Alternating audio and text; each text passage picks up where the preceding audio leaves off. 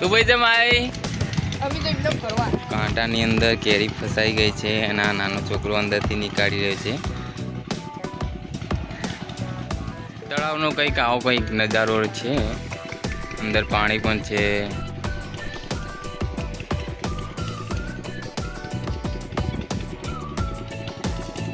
ગરમીની સિઝન છે તો અંદર નાહવાની અમને બહુ મજા આવે છે.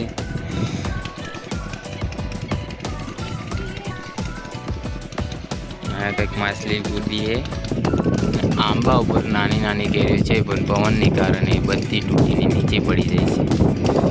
આજે નાના છોકરાઓને બહુ જ મજા આવી ગઈ છે કેરી ખાવાની, કેમ કે એમને પાડવાની જરૂર નથી, કેમ કે ખુદ જ નીચે પડી જાય છે. એટલે આજે બધા નાના નાના છોકરા અહીંયા કેરીઓ મેળમાં આવી ગયા છે. નીચેથી વેણી રહ્યા છે. પવન બહુ જ વધારે છે. જેમ કે આપણે રુદ્રએ પૂછીએ કે રુદ્રએ કેટલી કેરીઓ વેણી છે. રુદ્ર કેટલી કેરીઓ વેણી છે? હા, થોડી નાની થેલી ભરી દીધી છે. હવે આપણે રવિરાજને પૂછીએ કે રવિરાજે કેટલી કેરીઓ વેણી. રવિરાજ તે કેટલી કેરીઓ વેણી? હા, રવિરાજે પણ ખાસી કેરીઓ લીધી છે. ને બાજુમાં છે ધવલ. ધવલ તે કેટલી કેરીઓ વેણી? ધવલે બહુ જ ઓછી કેરી વેણી છે, જેમ કે તે થાકી ગયો હતો, તે નીચે બેસી ગયો હતો ત્યાં, એના કારણે તેને બહુ જ ઓછી કેરી વેણી છે.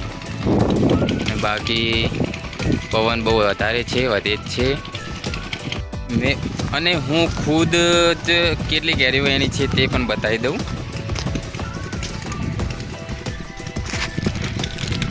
મેં પણ આટલી કેરીઓ વેણી લીધી છે. આજે ચટણી બની જશે, શાક પણ બની જશે અને બહુ જ મજા આવશે ખાવાની, કેમ કે મને ચટણીનો બહુ જ શોખ છે. બહુ જ એટલે બહુ જ હતી છે.